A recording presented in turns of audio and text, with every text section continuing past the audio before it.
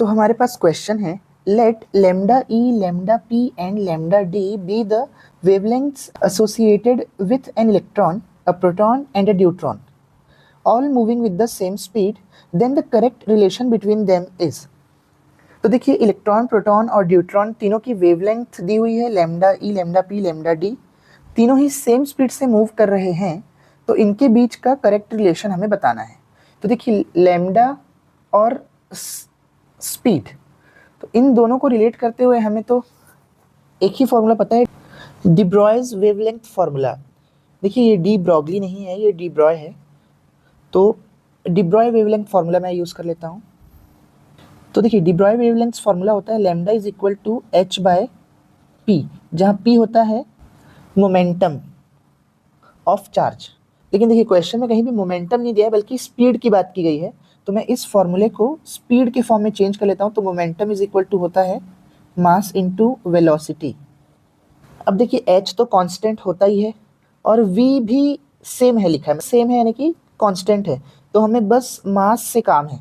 तो अगर मैं मास और वेवलेंथ दोनों को रिलेट करूं तो ये कैसे रिलेट हो जाएंगे, lambda is inversely proportional to मास।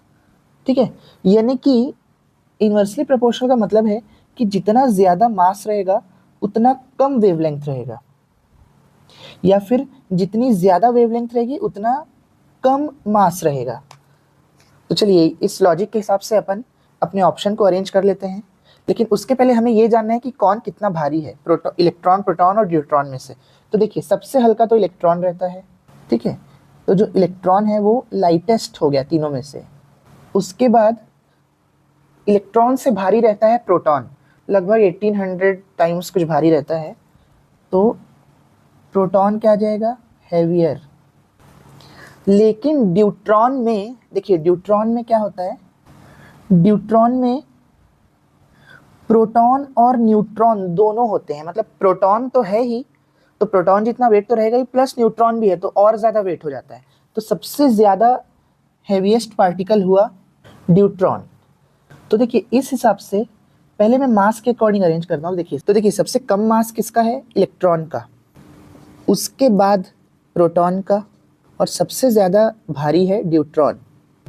तो इसके अकॉर्डिंग अगर मैं अपने वेवलेंथ को अरेंज करूं तो सबसे ज़्यादा वेवलेंथ हो जाएगी इलेक्ट्रॉन की, उसके बाद प्रोटॉन तो बीच में ही आने वाला है, और सबसे कम वेवलेंथ रहेगी न्यूट्रॉन की। तो देखिए, जिसका मास सबसे ज़्यादा उसका वेवलेंथ सबसे कम। तो सबसे ज़्यादा वेवलेंथ होगी इलेक्ट्रॉन की, क्योंकि उसका मास सबसे कम है, फिर प्रोटॉन, फिर न्यूट्रॉन।